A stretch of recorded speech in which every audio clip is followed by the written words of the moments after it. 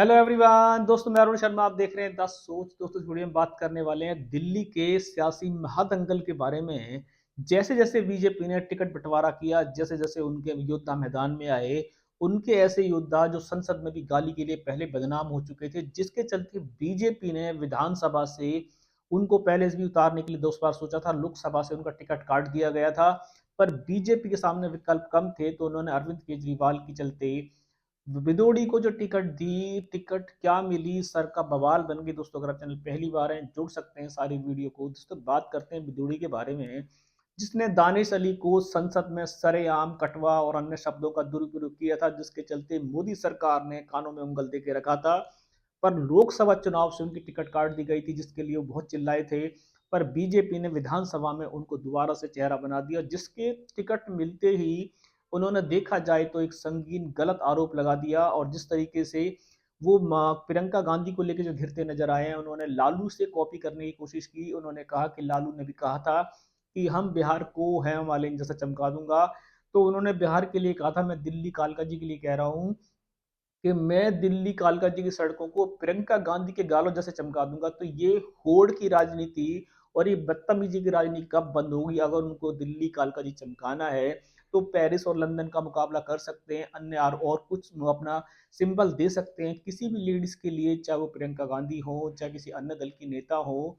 अगर यही बयान बीजेपी की किसी नेता के लिए दिया होता तो मोदी जी, अमित शाह, सारा बीजेपी रोड पे आके भारत में हाय हाय के नारे के लिए लगाने शुरू हो जाते हैं। पर अगर बीजेपी का कोई बेशर्म नेता इस तरीके का बयान देता है तो बीजेपी कानों में उंगल देके बैठ जाती है।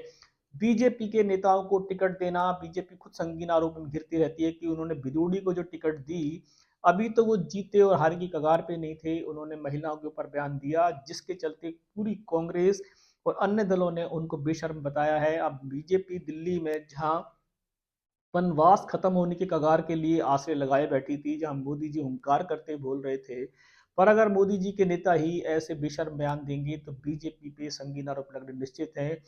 क्या उन्होंने समय रहते माफी की? जो उन्होंने ट्विटर पे एक अपना हैंडल लिया, उसमें कहा कि मेरे किसी बयान से किसी को ठेस पहुंची हो तो मैं माफी चाहता हूं। आप पहले दिल की भड़ास निकाल लो, आप छोटे मोटे नेता नहीं हो, आप पहले दिल की भड़ास निकाल लो।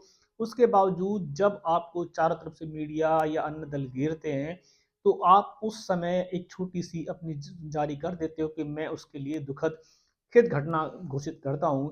अगर आपको प्रियंका गांधी से ही मुकाबला करना था तो आप अन्य बातचीतों के लिए कर सकते थे।